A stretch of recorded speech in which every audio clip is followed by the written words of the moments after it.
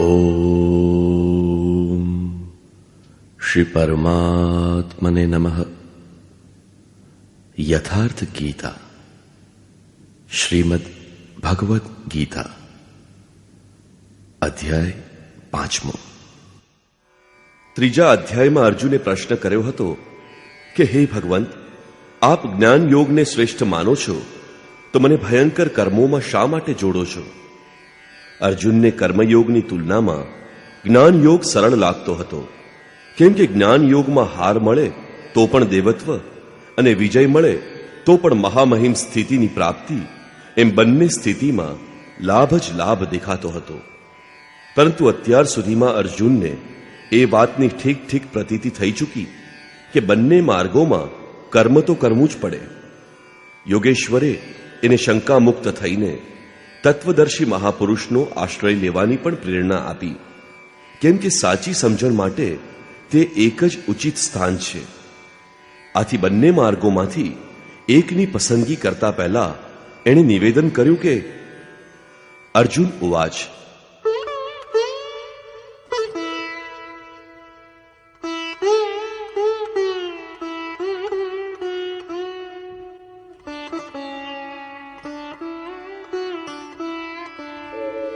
સંન્યાસં કર્મણાં કૃષ્ણ પુનર્યોગં ચ શંસસી યશ્રેય એતયોરેકં તન્મે બ્રૂહિ સુનિશ્ચિતં. હે શ્રી કૃષ્ણ, આપ ક્યારેક સંન્યાસના માધ્યમ દ્વારા કર્મ કરવા અને ક્યારેક નિષ્કામ દ્રષ્ટિથી કરવાના કર્મની પ્રશંસા કરો છો. આ બંનેમાંથી આપે જે એક અંગે નિર્ણય કર્યો હોય, જે પરમ કલ્યાણકારી હોય, એ મને જણાવો. કોઈ જગ્યાએ જવા માટે તમને 2 માર્ગ બતાવવામાં આવે તો તમે કોઈ એક સગવડ ભર્યા માર્ગ અંગે જરૂર પૂછશો. અગર એ અંગે ન પૂછો તો એનો અર્થ એમ થાય કે તમે જવા માટે ઉત્સુક નથી. આ બાબતમાં શ્રી કૃષ્ણએ કહ્યું, શ્રી ભગવાન ઉવાચ,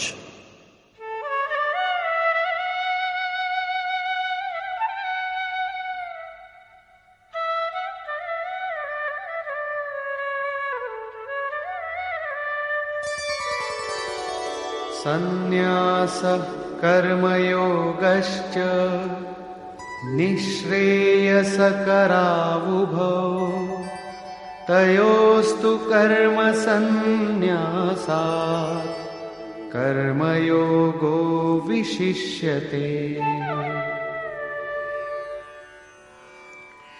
અર્જુન, સંન્યાસના માધ્યમ દ્વારા કરવાનું કર્મ અર્થાત આ માર્ગથી કરવાનું કર્મ અને કર્મયોગ નિષ્કામ ભાવનાથી કરવાનું કર્મ, આ બંનેથી પરમ શ્રેય પ્રાપ્ત થાય છે.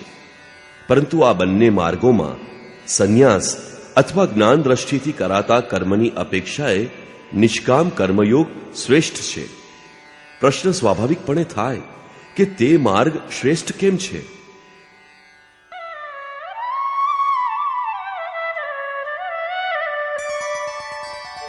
જ્ઞેય સ નિત્ય સંન્યાસી યો ન દ્વેષ્ટિ ન કાંક્ષતિ નિર્દ્વંદ્વો હિ મહાબાહો સુખમ બંધાત પ્રમુચ્યતે.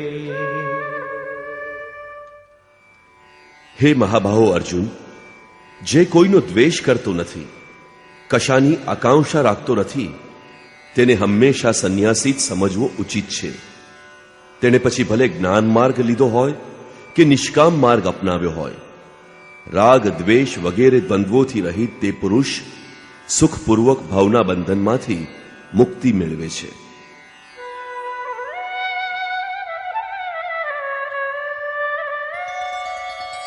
સાંખ્યયોગૌ પૃથગ બાલાઃ પ્રવદન્તિ ન પંડિતાઃ એકમપ્યાસ્થિતઃ સમ્યગ ઉભયોર્વિંદતે ફલમ.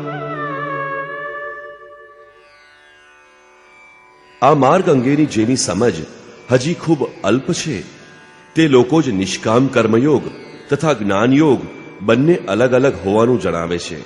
કેમ કે બંનેમાંથી એકમાં પણ સારી રીતે સ્થિત પુરુષ બંનેના ફળ સ્વરૂપ પરમાત્માને પ્રાપ્ત કરે છે. બંનેનું ફળ એક જ છે, એટલા માટે બંને એક સમાન છે.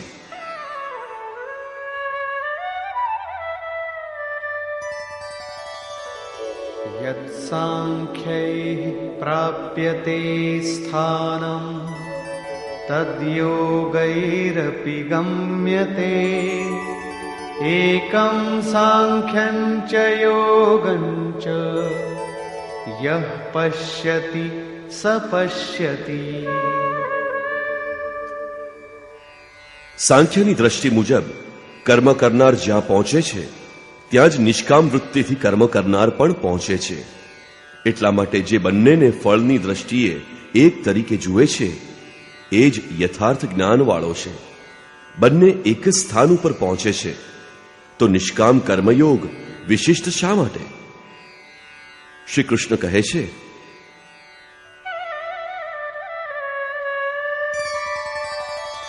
સંન્યાસસ્તુ મહાબાહો દુઃખમાપ્તુમયોગતઃ યોગયુક્તો મુનિર્બ્રહ્મ ન ચિરેણાધિગચ્છતિ.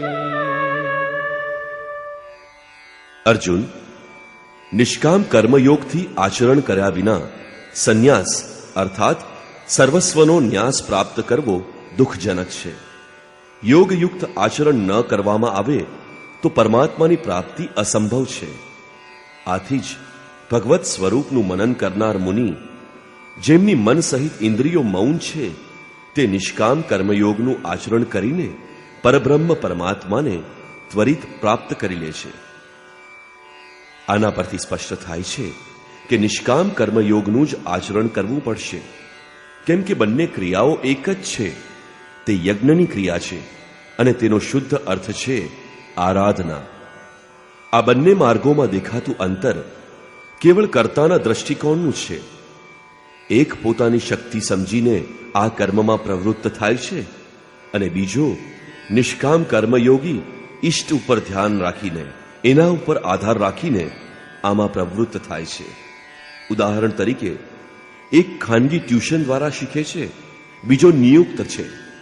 બંનેનો પાઠ્યક્રમ સરખો છે, પરીક્ષા એક છે, પરીક્ષક અને નિરીક્ષક બંને એક જ છે. બરાબર એ જ પ્રમાણે બંનેના સદગુરુ તત્વદર્શી છે અને ડિગ્રી પણ એક જ છે, પરંતુ બંનેનો ભણવાનો દ્રષ્ટિકોણ ભિન્ન છે.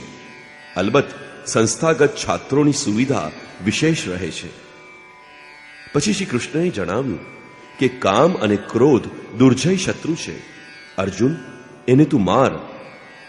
અર્જુનને લાગ્યું કે આ તો ખૂબ કપરું છે, પરંતુ શ્રી કૃષ્ણએ કહ્યું, નહીં, શરીરથી પર ઇન્દ્રિયો છે, ઇન્દ્રિયોથી પર મન છે, મનથી પર બુદ્ધિ છે અને બુદ્ધિથી પર તમારું સ્વરૂપ છે. તમારે ત્યાંથી પ્રેરિત થવાનું છે. આ રીતે પોતાની હસ્તી સમજીને, પોતાની શક્તિને નજર સમક્ષ રાખીને, સ્વાવલંબી બનીને કર્મમાં પ્રવૃત્ત થવું તે જ જ્ઞાન યોગ છે.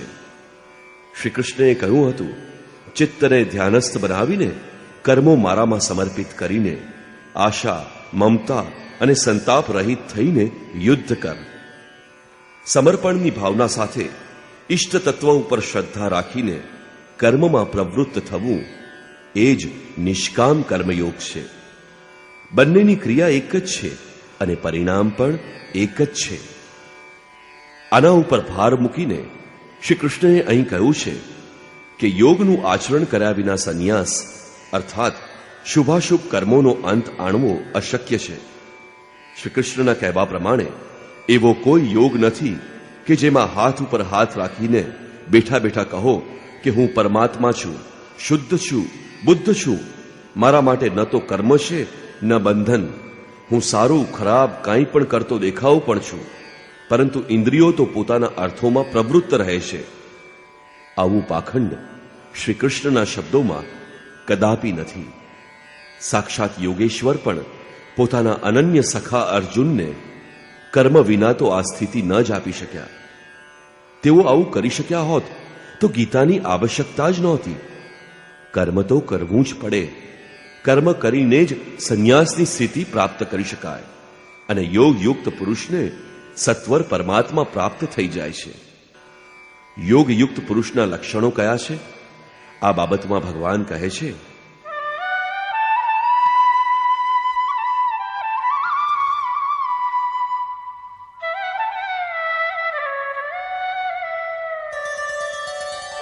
योगयुक्तो विशुद्धात्मा विजितात्मा जितेन्द्रियः सर्वभूतात्मभूतात्मा कुर्वन्नपि न लिप्यते.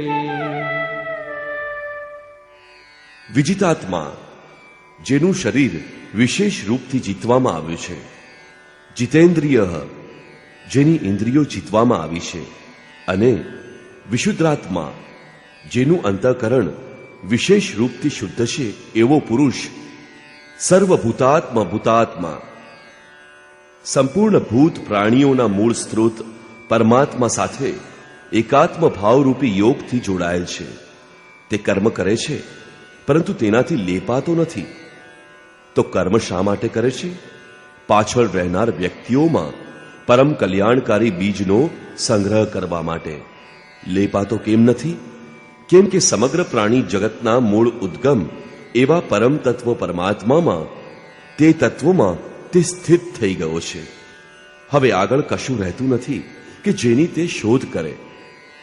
પાછળ રહેલી વસ્તુઓ ક્ષુદ્ર લાગે છે તો હવે આસક્તિ શેમાં રાખે? આથી કર્મ તેની આસપાસ વીંટાતા નથી. આ યોગનિષ્ઠની પરાકાષ્ઠાનું ચિત્રણ છે. વળી યોગનિષ્ઠ પુરુષની રહેણી સ્પષ્ટ કરે છે કે તે કાર્ય કરવા છતાં તેનાથી લિપ્ત કેમ નથી થતો.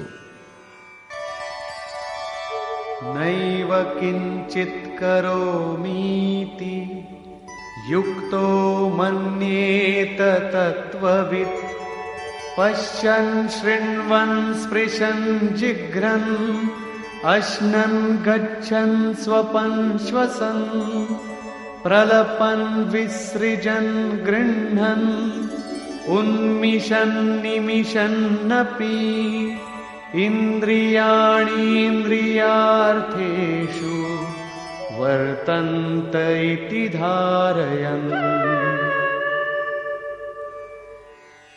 પરમ તત્વ પરમાત્માને સાક્ષાત્કાર સહિત જાણનાર યોગયુક્ત પુરુષની મનઃસ્થિતિ અર્થાત અનુભૂતિ છે કે હું કંઈ પણ કરતો નથી.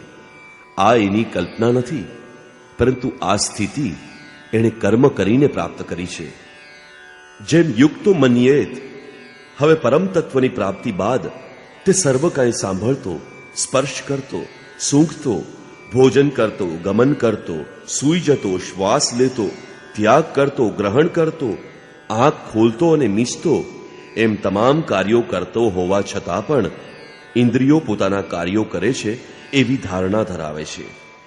પરમાત્માથી વધારે સારું કંઈ છે નહીં અને એનામાં તે સ્થિર હોય તો એનાથી વધીને બીજા કયા સુખની કામનાથી તે કોઈનો સ્પર્શ વગેરે કરશે? જો કોઈ શ્રેષ્ઠ વસ્તુ સામે હોત તો આસક્તિ જરૂર રહેત, પરંતુ પ્રાપ્તિ પછી હવે એનાથી આગળ ક્યાં જાય? પાછળ ત્યાગ પણ શેનો કરે? આથી યોગયુક્ત પુરુષ લિપ્ત નથી થતો. આ વાત એક ઉદાહરણ લઈને રજૂ કરી છે.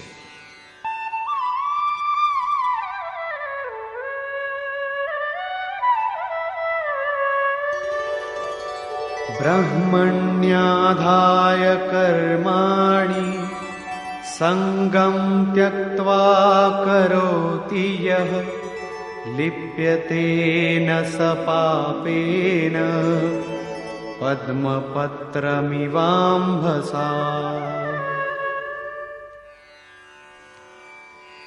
કમળ કાદવમાં ખીલે છે, એના પાન પાણી ઉપર તરે છે, પવનની લહેરો રાત દિવસ તેની ઉપરથી પસાર થાય છે, પરંતુ તમે કમળપત્ર જોશો તો તે કોરા જ દેખાશે. પાણીનું એક પણ બૂંદ એના ઉપર ઠરશે નહીં. કીચડ અને પાણીમાં રહેવા છતાં પણ કશું જ કમળને સ્પર્શતું નથી. એ જ રીતે જે પુરુષ તમામ કર્મો પરમાત્મામાં વિલીન કરીને સાક્ષાત્કારની સાથે જ કર્મો વિલીન થાય છે, એના પહેલા નહીં. એટલે એ જ રીતે જે પુરુષ તમામ કર્મો પરમાત્મામાં વિલીન કરીને આસક્તિનો ત્યાગ કરીને, હવે આગળ કોઈ વસ્તુ નથી, આથી આસક્તિ નથી રહેતી, એટલે કે આસક્તિ ત્યાગીને કર્મ કરે છે, તે પણ આ રીતે કર્મ કરવાથી લેપાતો નથી. તો પછી તે કામ શા માટે કરે છે?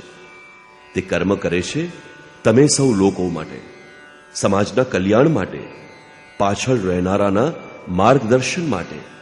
આના ઉપર ભાર દઈને શ્રી કૃષ્ણ જણાવે છે,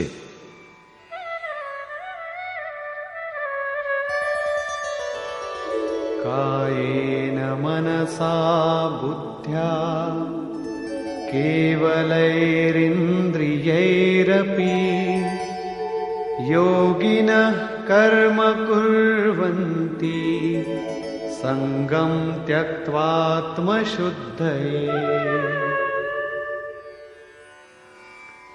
યોગી પુરુષો ઇન્દ્રિય, મન, બુદ્ધિ અને શરીર દ્વારા પણ આસક્તિ છોડીને આત્મશુદ્ધિ માટે કર્મ કરે છે. કર્મ બ્રહ્મમાં વિલીન થઈ જાય છે, પછી પણ શું આત્મા અશુદ્ધ રહે છે? ના, તે તો સર્વભૂતાત્મ ભૂતાત્મા થઈ જાય છે. બધા પ્રાણીઓમાં એ પોતાના આત્માનો પ્રસાર કરે છે. આ તમામ આત્માઓની શુદ્ધિ માટે, તમારા સૌના માર્ગદર્શન માટે તે કર્મમાં પ્રવૃત્ત રહે છે. શરીર, મન, બુદ્ધિ તથા કેવળ ઇન્દ્રિયોથી તે કર્મ કરે છે. સ્વરૂપથી તે કાંઈ પણ કરતો નથી, તે સ્થિર છે. બહારથી કાર્ય કરતો દેખાય છે, પરંતુ અંદરથી એનામાં અસીમ શાંતિ છે. રસ્સી તો બળી ગઈ છે, માત્ર આકાર બાકી રહ્યો છે, જેનાથી કંઈ બાંધી શકાય નહીં.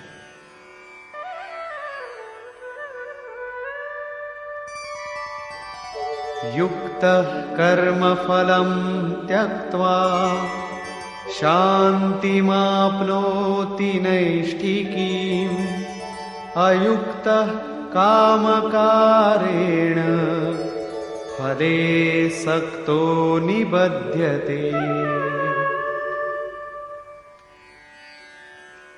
યોગયુક્ત એટલે કે યોગના પરિણામને પ્રાપ્ત કરેલ પુરુષ સર્વ પ્રાણીઓના આત્માના મૂળ સ્ત્રોત પરમાત્મામાં સ્થિત છે. એવા યોગી કર્મફળને ત્યાગીને, કર્મનું ફળ એના માટે પરમાત્માથી ભિન્ન નથી, તેથી હવે કર્મફળનો ત્યાગ કરીને નૈષ્ઠિકીમ શાંતિમ આપનોતિ, શાંતિની અંતિમ અવસ્થાએ પહોંચે છે, જેનાથી આગળ કોઈ શાંતિ બાકી નથી, જેના પછી તે કદી પણ અશાંત નથી થતો. પરંતુ અયુક્ત પુરુષ જે યોગના પરિણામ પામ્યો નથી, તે હજી પણ રસ્તા વચ્ચે છે. આવો પુરુષ ફળની આસક્તિ રાખે છે. પરમાત્મા ફળ હોય એમાં એની આસક્તિ આવશ્યક છે.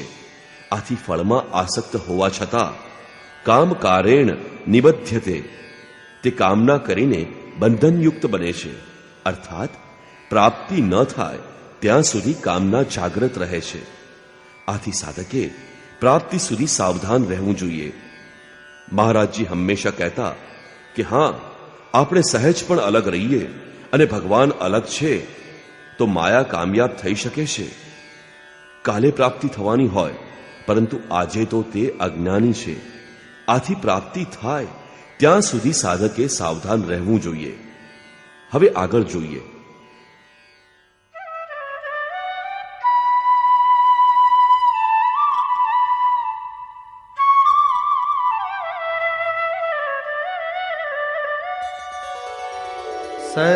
સર્વકર્માણિ મનસા સંન્યસ્યાસ્તે સુખમ વશી નવદ્વારે પુરે દેહી નૈવ કુર્વન્ન કારયન. જે સંપૂર્ણપણે સ્વવશી છે, જે શરીર, મન, બુદ્ધિ અને પ્રકૃતિથી પર આત્મામાં સ્થિત છે, એવું જીતેન્દ્રિય નિગ્રહી પુરુષ નિશંકપણે કશું કરતો નથી, કે કશું કરાવતો નથી. પાછળ રહેનારાઓ પાસે કરાવવાથી પણ એની આંતરિક શાંતિને સ્પર્શ નથી થતો. આવો સ્વરૂપસ્થ પુરુષ શબ્દાદિ વિષયોની પ્રાપ્તિ કરાવનાર નવ દ્વાર એટલે કે 2 કાન, 2 આંખ, 2 નાકના છિદ્ર, 1 મુખ, ઉપસ્થ અને ગુદા એવા 9 દ્વાર યુક્ત શરીરરૂપી નગરમાં તમામ કર્મોનો મનથી ત્યાગ કરીને સ્વરૂપાનંદમાં સ્થિર રહે છે. તે યથાર્થપણે કાંઈ કરતો નથી, કાંઈ કરાવતો નથી. આ જ વાત શ્રી કૃષ્ણ ફરીથી બીજા શબ્દોમાં કહે છે કે તે પ્રભુ ન કરાવે છે ન કરે છે. સદ્ગુરુ ભગવાન, ઇષ્ટ, સ્વરૂપસ્થ મહાપુરુષ, યુક્ત વગેરે શબ્દો એકબીજાના પર્યાય છે. અલગપણે ભગવાન કંઈ કરવા આવતા નથી. તે જ્યારે પણ કરે છે ત્યારે આ સ્વરૂપસ્થ પરમ તત્વના માધ્યમ દ્વારા જ કરે અને કરાવે છે. મહાપુરુષ માટે શરીર કેવળ મકાન છે. આથી પરમાત્માનું કરવું અને મહાપુરુષનું કરવું બંને એક જ વાત છે, કેમ કે તે પરમાત્મા એમના દ્વારા કરે છે. વાસ્તવમાં તે પુરુષ કરવા છતાં કાંઈ કરતો નથી. આ અંગે પછીનો શ્લોક જુઓ. ન કર્તૃત્વં ન કર્માણિ લોકસ્ય સૃજતિ પ્રભુઃ ન કર્મફલ સંયોગમ સ્વભાવસ્તુ પ્રવર્તતે. તે પરમાત્મા પ્રાણી માત્રના કર્તાપણાનો, કર્મોનો અને કર્મફળોનો સંયોગ ગોઠવતો નથી, પરંતુ સ્વભાવમાં સ્થિત પ્રકૃતિના દબાણ અનુસાર જ તમામ કાર્ય કરે છે. સાત્વિક, રાજસી અથવા તામસી જેવી જેની પ્રકૃતિ હોય તે પ્રમાણે તે સ્તરથી તે પ્રવૃત્તિ કરે છે. પ્રકૃતિ તો લાંબી પહોળી છે. તમારો સ્વભાવ જેટલો વિકૃત અથવા વિકસિત હોય તેટલો જ તે ઉપર એનો પ્રભાવ પડશે. ઘણીવાર લોકો કહે છે કે કરવા કરાવવા વાળા તો ભગવાન છે, અમે તો યંત્ર છીએ, અમારી પાસે તે સારું કરાવે કે ખરાબ કરાવે. કિંતુ યોગેશ્વર શ્રી કૃષ્ણ કહે છે કે તે પ્રભુ કશું જાતે કરતા નથી કે કરાવતા નથી, અને ન તો જગાડીને બેસાડે છે. લોકો પોતાની સ્વભાવગત પ્રકૃતિ અનુસાર જાતે કાર્ય કરે છે. તે પોતે આદતથી મજબૂર થઈને કરે છે. ભગવાન કંઈ કરતા નથી. તો લોકો શા માટે કહે છે કે ભગવાન કરે છે? આ અંગે યોગેશ્વર બતાવે છે.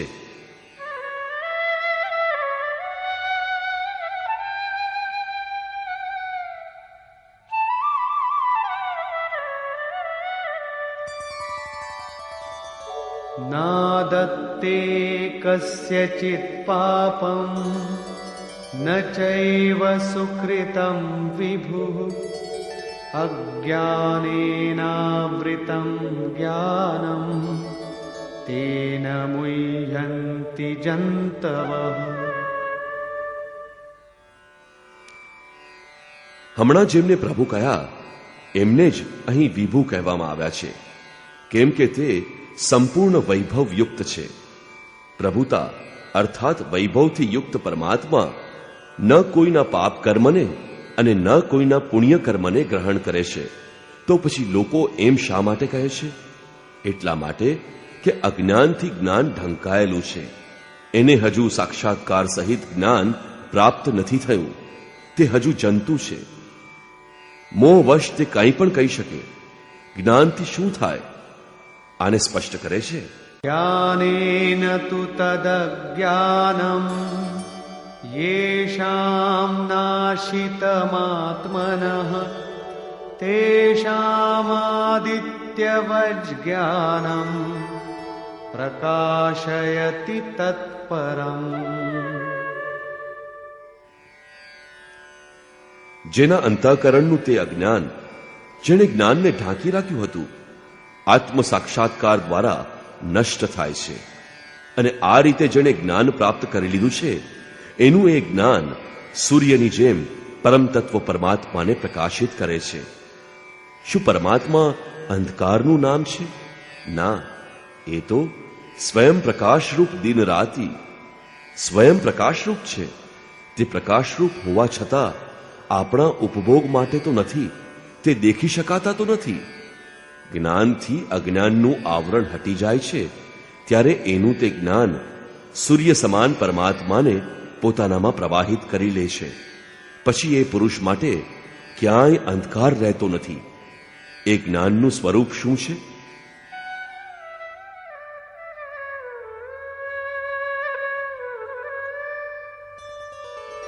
તદ્બુદ્ધયસ્તદાત્માન તન્નિષ્ઠાસ્તત્પરાયણાઃ ગચ્છન્ત્ય પુનરાવૃત્તિમ જ્ઞાનનિર્ધૂતકલ્મષાઃ.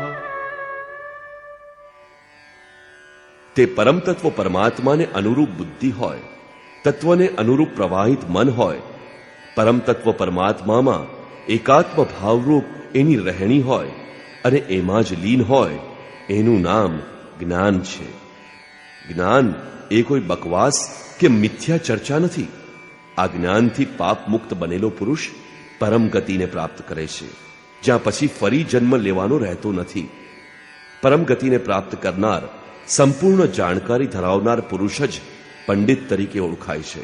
વિદ્યા વિનય સંપન્ની બ્રાહ્મણે ગવિહસ્તિની શુનિચૈવ શ્વપાકે ચ પંડિતા સમદર્શિનઃ. જ્ઞાન દ્વારા જેમના પાપ શમી ગયા છે, જેણે અપુનરાવર્તી પરમ ગતિ પ્રાપ્ત કરી છે, એવા જ્ઞાનીજન વિનયી બ્રાહ્મણ તથા ચાંડાલમાં, ગાય અને કૂતરામાં તથા હાથીમાં સમાન દ્રષ્ટિ રાખે છે. એની દ્રષ્ટિ વિદ્યા વિનયયુક્ત બ્રાહ્મણમાં કોઈ ખાસ વિશેષતા કે ચાંડાલમાં કોઈ હીનતા જોતી નથી. એને માટે ગાય ન તો ધર્મ છે અને કૂતરો ન તો અધર્મ છે, અને હાથી કોઈ વિશાળતાનું પ્રતીક નથી. આવા પંડિત જ્ઞાનીજન સમદર્શી અને સંવર્તી હોય છે. એમની દ્રષ્ટિ ચામડી ઉપર રહેતી નથી, પરંતુ આત્મા ઉપર રહે છે. આમાં તફાવત એટલો છે કે વિદ્યા વિનય સંપન્ન સ્વરૂપની નજીક છે અને બાકીના થોડાક પાછળ છે. કોઈ એક મંજિલ આગળ છે તો કોઈ પાછળના પડાવમાં છે. શરીર તો વસ્ત્ર છે. એની દ્રષ્ટિ વસ્ત્રને મહત્વ નથી આપતી, પરંતુ છતાં એના હૃદયમાં સ્થિત આત્મા ઉપર એની દ્રષ્ટિ રહે છે. આથી તે કોઈ ભેદભાવ રાખતો નથી. શ્રી કૃષ્ણએ પૂરતી ગોસેવા કરી હતી. એમણે ગાય માટે ગૌરવપૂર્ણ શબ્દો કહેવા જોઈતા હતા, પરંતુ એમણે એવું કશું કહ્યું નહીં. શ્રી કૃષ્ણએ ગાયને ધર્મમાં કોઈ સ્થાન આપ્યું ન હતું. એમણે તો એટલું જ માન્યું કે બીજા જીવાત્માઓની જેમ એનામાં પણ આત્મા છે. ગાયનું આર્થિક મહત્વ જે કંઈ હોય તે ખરું, પરંતુ એનું ધાર્મિક મહત્વ પરવર્તી અવિવેકીઓની દેન છે. શ્રી કૃષ્ણએ પાછળથી બતાવ્યું કે અવિવેકીઓની બુદ્ધિ અનંત શાખાઓવાળી હોય છે. આથી તે અનંત ક્રિયાઓનો વિસ્તાર કરી લે છે. બનાવટી પરંતુ અલંકૃત સારી વાણીમાં એ બધું વ્યક્ત કરે છે. એની વાણીની છાપ જેના મન ઉપર પડે તે વ્યક્તિની બુદ્ધિ પણ નષ્ટ થઈ જાય છે. તે કશું મેળવતા નથી, પરંતુ નષ્ટ થઈ જાય છે.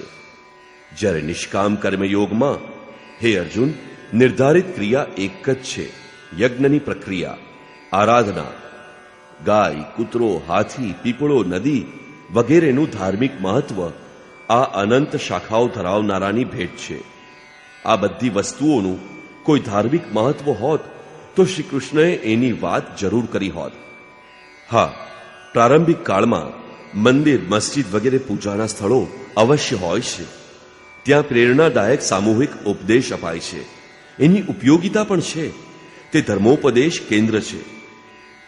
પ્રસ્તુત શ્લોકમાં બે પંડિતોની ચર્ચા છે. એક પંડિત પૂર્ણ જ્ઞાની છે, બીજો પંડિત વિદ્યા વિનય સંપન્ન છે. આમાં દ્વિત્વ, બેપણું કેવી રીતે? હકીકતમાં તો પ્રત્યેક શ્રેણીની બે સીમા હોય છે. એક અધિકતમ સીમા, પરાકાષ્ઠા, અને બીજી પ્રવેશિકા અથવા તો નિમ્નતમ સીમા. ઉદાહરણ માટે, ભક્તિ જ્યાંથી શરૂ થાય, વિવેક, વૈરાગ્ય અને લગ્નની સાથે જ્યારે આરાધના કરવામાં આવે ત્યારે તેને ભક્તિની નિમ્નતમ સીમા કહી શકાય. ભક્તિનું પરિણામ મેળવવાની સ્થિતિ ઉત્પન્ન થાય ત્યારે તે અધિકતમ સીમા બને છે. આ જ રીતે બ્રાહ્મણ શ્રેણી છે. બ્રહ્મમાં પ્રવેશ મેળવવાની ક્ષમતા આવે ત્યારે તે સમયે વિદ્યા હોય છે, વિનય હોય છે, મનનું શમન, ઇન્દ્રિયોનું દમન, અનુભવી સૂત્રપાતનો સંચાર, ધારાવાહી ચિંતન, ધ્યાન અને સમાધિ વગેરે બ્રહ્મમાં પ્રવેશ અપાવનાર તમામ યોગ્યતા અંતરાલમાં સ્વાભાવિક રીતે કાર્યરત રહે છે. આ બ્રાહ્મણત્વની નિમ્નતમ સીમા છે. વ્યક્તિનો ક્રમશઃ ઉત્કર્ષ થતાં થતાં તે બ્રહ્મનું દર્શન કરીને એમાં વિલીન થઈ જાય ત્યારે તે ઉચ્ચતમ સીમાએ પહોંચે છે. જેને જાણવાનું હતું જાણી લીધું, એ જ પૂર્ણ જ્ઞાતા છે. અપુનરાવૃત્તિવાળા આવા મહાપુરુષને વિદ્યા વિનય સંપન્ન બ્રાહ્મણ, ચાંડાલ, કૂતરો, હાથી, ગાય તમામ ઉપર સમાન દ્રષ્ટિ હોય છે. કારણ કે એની દ્રષ્ટિ હૃદય સ્થિત આત્મ સ્વરૂપ ઉપર પડે છે. આવા મહાપુરુષને પરમગતિમાં શું અને કેવી રીતે મળે છે એના ઉપર પ્રકાશ નાખતા શ્રી કૃષ્ણએ દર્શાવ્યું છે.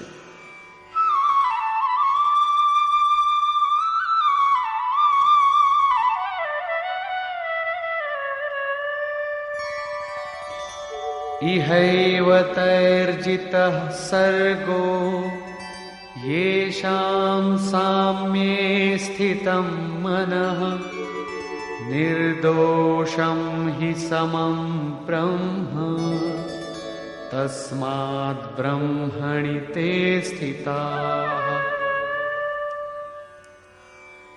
તે પુરુષો જીવનકાળ દરમિયાન જ સંપૂર્ણ સંસારને જીતી લે છે.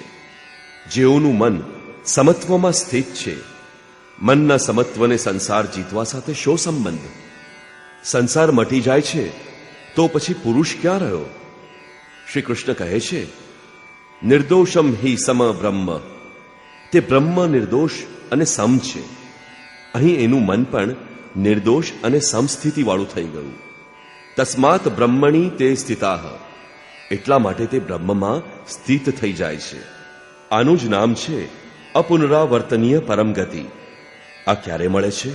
જ્યારે સંસાર રૂપી શત્રુ ઉપર વિજય થાય ત્યારે આ પરમગતિ પ્રાપ્ત થાય છે. સંસાર ક્યારે જીતાય છે? જ્યારે મન ઉપર નિયંત્રણ સ્થાપિત થાય, સમત્વમાં પ્રવેશ થાય. કેમ કે મનનો પ્રસાર એ જ જગત, અને ત્યારે સંસાર ઉપર જીત મળે છે. જ્યારે તે બ્રહ્મમાં સ્થિત થાય છે ત્યારે બ્રહ્મવિદના શું લક્ષણ હોય છે એની જીવન રીતિ સ્પષ્ટ કરતા કહે છે,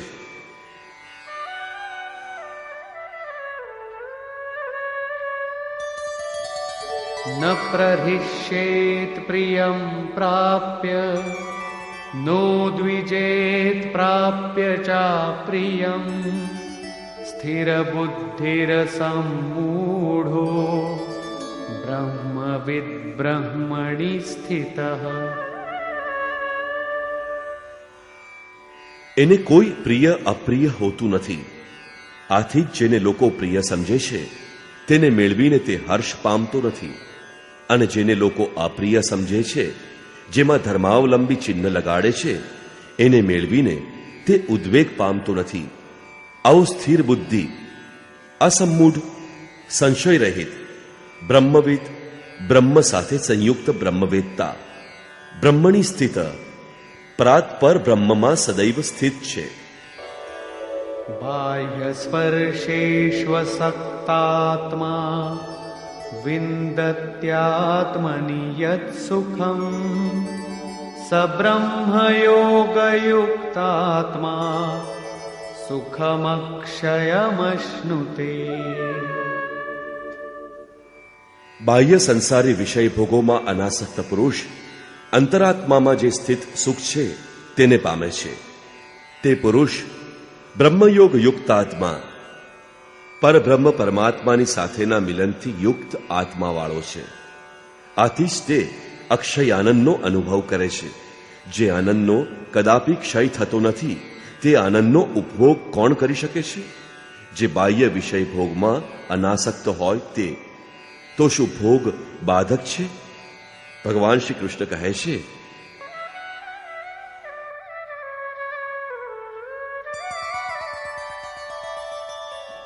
ये हि संस्पर्शजा भोगा दुःखयोनय एव ते आद्यन्तवन्तः कौन्तेय न तेषु रमते बुधः।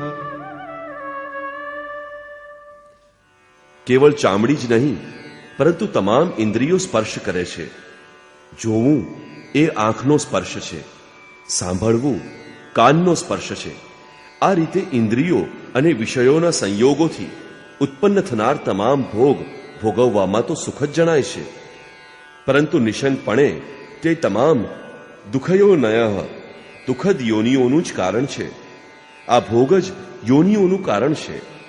ઉપરાંત આ ભોગ ઉત્પન્ન થાય છે અને નાશ પણ પામી જાય છે, કેમ કે તે નશ્વર છે. આથી હે કૌંતેય, વિવેકી પુરુષ એમાં ફસાતો નથી. ઇન્દ્રિયોના આ સ્પર્શમાં શું છે? કામ અને ક્રોધ, રાગ અને દ્વેષ. એ વિશે શ્રી કૃષ્ણ કહે છે,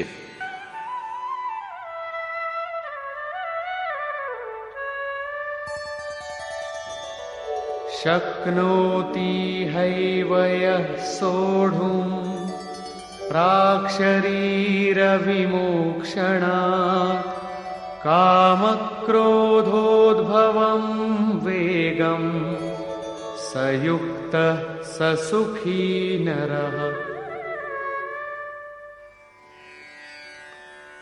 આથી જે મનુષ્ય શરીર નાશ પામે એ પહેલા કામ અને ક્રોધથી ઉત્પન્ન આવેગ સહન કરવા, તેને મિટાવી દેવા સમર્થ બને છે, એ જ નર એટલે કે રમણ ન કરનાર નર છે.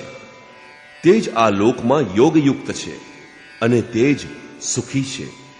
જેની પાછળ દુઃખ નથી તેવા સુખમાં અર્થાત પરમાત્મામાં તે સ્થિત ચિત્તવાળો છે. જીવનકાળ દરમિયાન જ તેને પ્રાપ્ત કરવાનું વિધાન છે, મર્યા પછી નહીં.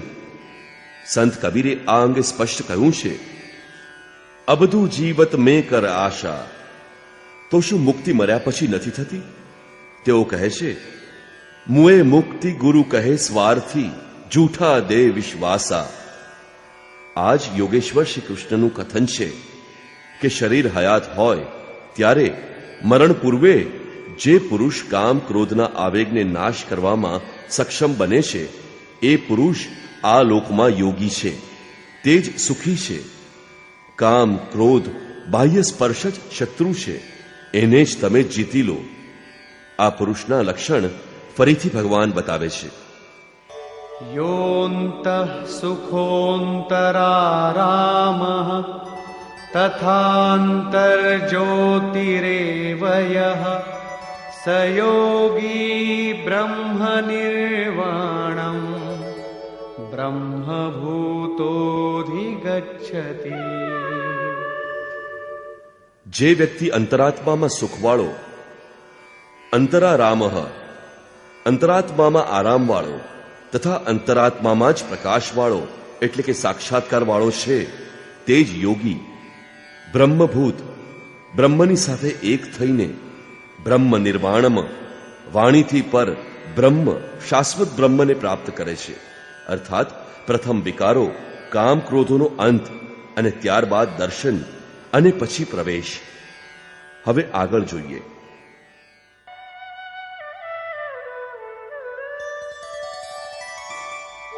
લભન્તે બ્રહ્મનિર્વાણં ઋષયઃ ક્ષીણકલ્મષાઃ છિન્નદ્વૈધાયતાત્માનઃ સર્વભૂતહિતે રતાઃ।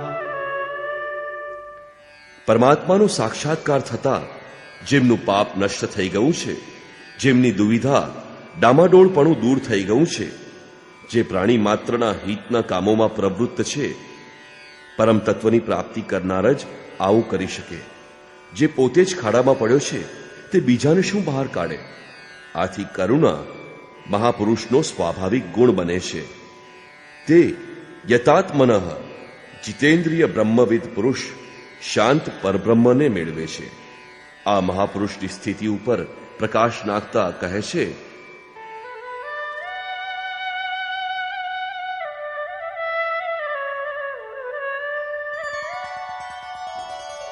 कामक्रोधवियुक्तानां यतीनां यतचेतसाम् अभितो ब्रह्मनिर्वाणं वर्तते विदितात्मनाम्। કામ ક્રોધ રહિત જીતેન્દ્રિય પરમાત્માનો સાક્ષાત્કાર કરેલ જ્ઞાની પુરુષને બધી જગ્યાએથી શાંત પરબ્રહ્મ જ પ્રાપ્ત છે. યોગેશ્વર શ્રી કૃષ્ણ વારંવાર એ પુરુષની રહેણી ઉપર ભાર મૂકે છે, જેનાથી પ્રેરણા મળે. પ્રશ્ન લગભગ પૂરો થયો. હવે આ વાત ઉપર ફરીથી ભાર મૂકીને કહે છે કે આ સ્થિતિ પ્રાપ્ત કરવા માટેનું આવશ્યક અંગ છે શ્વાસ પ્રશ્વાસનું ચિંતન. યજ્ઞની ક્રિયામાં પ્રાણનો અપાનમાં હવન, અપાનનો પ્રાણમાં હવન, પ્રાણ અપાન બંનેની ગતિનો નિરોધ એમણે બતાવ્યો હતો. એને જ હવે સમજાવી રહ્યા છે.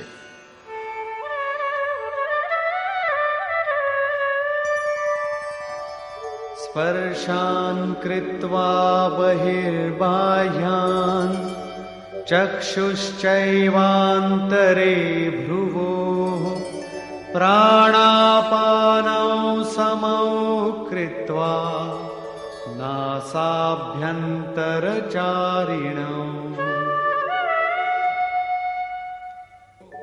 યતેન્દ્રિયમનોબુદ્ધિ મુનિર્મોક્ષપરાયણઃ વિગતેચ્છાભયક્રોધો યઃ સદા મુક્ત એવ સઃ. અર્જુન, બહારના વિષયો દ્રશ્યોનું ચિંતન ન કરતા એનો ત્યાગ કરીને નેત્રોની દ્રષ્ટિને ભ્રુકુટીની વચ્ચે સ્થિર કરવી. ભ્રુવોઃ અંતરે.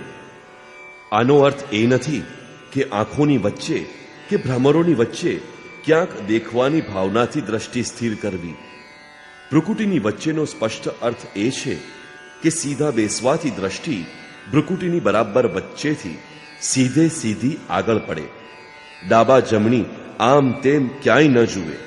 નાકની દાંડીએ સીધી નજર નાખીને ક્યાંક નાક જ ન જોવા લાગે. હા, નાસિકામાં ફરતા પ્રાણ અને અપાન વાયુને સમ કરવા, અર્થાત દ્રષ્ટિને ત્યાં સ્થિર કરવી. ધ્યાનને શ્વાસમાં પ્રવૃત્ત કરો કે શ્વાસ ક્યારે અંદર ગયો, કેટલો રોકાયો. લગભગ અડધી સેકન્ડ શ્વાસ રોકાય છે. પ્રયાસ કરીને ન રોકો. ક્યારે શ્વાસ બહાર નીકળ્યો, કેટલી વાર સુધી બહાર રહ્યો. આ અંગે કહેવાની જરૂર નથી કે શ્વાસમાં નામ ધ્વનિ સંભળાવા લાગશે. આમ શ્વાસ પ્રશ્વાસ ઉપર ધ્યાન કેન્દ્રિત થઈ જશે તો પછી ધીરે ધીરે શ્વાસ અચલ સ્થિર થઈ જશે, સમ થઈ જશે. અંદર સંકલ્પ ઉઠશે નહીં અને બહારનો સંકલ્પ અંદર ટકરાઈ શકશે નહીં. બહારના ભોગોની ઈચ્છા તો બહાર જ ત્યાગી દીધી હતી. તેલની ધારાની જેમ. તેલની ધારા પાણીની જેમ ટપ ટપ નહીં પડે. જ્યાં સુધી પડશે ત્યાં સુધી ધારામાં જ પડશે. આ પ્રમાણે પ્રાણ અને અપાનની ગતિ એકદમ સમ સ્થિર કરીને ઇન્દ્રિયો, મન અને બુદ્ધિને જેમણે જીતી લીધા છે, ઈચ્છા, ભય અને ક્રોધથી મુક્ત, ચિંતનની ચરમસીમા ઉપર પહોંચેલા મોક્ષપરાયણ મુનિ સદા મુક્ત જ છે. મુક્ત થઈને તે ક્યાં જાય છે, શું મેળવે છે, આ વિશે કહે છે કે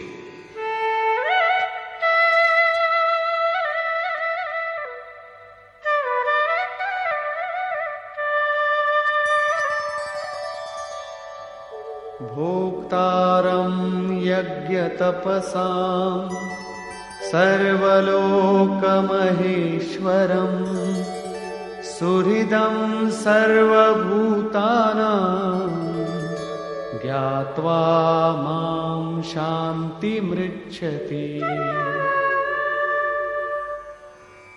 આ મુક્ત પુરુષ મને યજ્ઞ અને તપોના ભોગવનારા, સર્વલોકના ઈશ્વરોના પણ ઈશ્વર, સર્વ પ્રાણીઓના સ્વાર્થ રહિત હિતૈષી એમ સાક્ષાત જાણીને શાંતિ મેળવે છે. શ્રી કૃષ્ણ કહે છે કે એ પુરુષના શ્વાસ પ્રશ્વાસનો યજ્ઞ અને તપનો ભોગતા હું છું. યજ્ઞ અને તપ અંતમાં જેનામાં વિલય પામે છે તે હું છું. તે મને પ્રાપ્ત થાય છે. યજ્ઞના અંતે જેનું નામ શાંતિ છે તે મારું જ સ્વરૂપ છે. તે મુક્ત પુરુષ મને જાણે છે અને જાણતા જ મને પ્રાપ્ત કરી લે છે. એનું નામ શાંતિ છે. જેમ હું ઈશ્વરોનો ઈશ્વર છું તે જ રીતે એ પુરુષ પણ ઈશ્વરોનો ઈશ્વર છે. નિષ્કર્ષ. આ અધ્યાયની શરૂઆતમાં અર્જુને પ્રશ્ન પૂછ્યો હતો કે ક્યારેક આપ નિષ્કામ કર્મયોગની પ્રશંસા કરો છો અને ક્યારેક સંન્યાસ માર્ગથી કર્મ કરવાની પ્રશંસા કરો છો. આથી આ બેમાંથી આપે જે નિશ્ચિત કરેલ હોય, પરમ કલ્યાણકારી હોય, એ એક વિશે કહો. શ્રી કૃષ્ણએ જણાવ્યું, હે અર્જુન, પરમ કલ્યાણ તો આ બંનેમાં રહેલું છે. બંને દ્વારા યજ્ઞની નિર્ધારિત ક્રિયા જ કરવામાં આવે છે, પરંતુ નિષ્કામ કર્મયોગ વિશિષ્ટ છે. એના વિના સંન્યાસ, શુભાશુભ કર્મોનો અંત થતો નથી. સંન્યાસ એ માર્ગ નથી, એ તો મંજિલનું નામ છે. યોગયુક્ત પુરુષ જ સંન્યાસી છે. યોગયુક્તના લક્ષણો બતાવ્યા કે તે જ પ્રભુ છે. તે કશું કરતો નથી, કરાવતો નથી, પરંતુ સ્વભાવમાં પ્રકૃતિના દબાણને અનુરૂપ લોકો વ્યસ્ત રહે છે. જે મને સાક્ષાત જાણી લે છે તે જ જ્ઞાતા છે, તે જ પંડિત છે. યજ્ઞના પરિણામમાં લોકો મને જાણે છે. શ્વાસ પ્રશ્વાસનો જપ અને યજ્ઞ તપ જેમાં વિલીન થાય છે તે હું જ છું. યજ્ઞના ફળ સ્વરૂપ મને જાણીને જેઓ શાંતિ પ્રાપ્ત કરે છે એ પણ હું જ છું. અર્થાત શ્રી કૃષ્ણ જેવું મહાપુરુષ જેવું સ્વરૂપ એ પ્રાપ્તિ કરનારાઓને પણ મળે છે. તે પણ ઈશ્વરનો ઈશ્વર, આત્માનો પણ આત્મ સ્વરૂપમય થઈ જાય છે. એ પરમાત્માની સાથે એકી સ્વરૂપ પ્રાપ્ત કરી લે છે. એક થવામાં ભલેને ગમે તેટલા જન્મ લાગે. આ અધ્યાયમાં સ્પષ્ટ કર્યું છે કે યજ્ઞ તપનો ભોગતા મહાપુરુષોની અંદર રહેલી શક્તિ મહેશ્વર છે. આથી ઓમ તત્સદિતિ શ્રીમદ ભગવદ્ ગીતાસુ ઉપનિષત્સુ બ્રહ્મ વિદ્યાયા યોગ શાસ્ત્રે શ્રી કૃષ્ણાર્જુન સંવાદે યજ્ઞ ભોક્તા મહાપુરુષ મહેશ્વર નામ પંચમોધ્યાય. આ રીતે શ્રીમદ ભગવદ્ ગીતા રૂપી ઉપનિષદ અર્થાત બ્રહ્મ વિદ્યા તથા યોગ શાસ્ત્ર વિષયક શ્રી કૃષ્ણ અને અર્જુન વચ્ચેના સંવાદમાં યજ્ઞ ભોગતા મહાપુરુષસ્થ મહેશ્વર નામનો 5મો અધ્યાય પૂરો થાય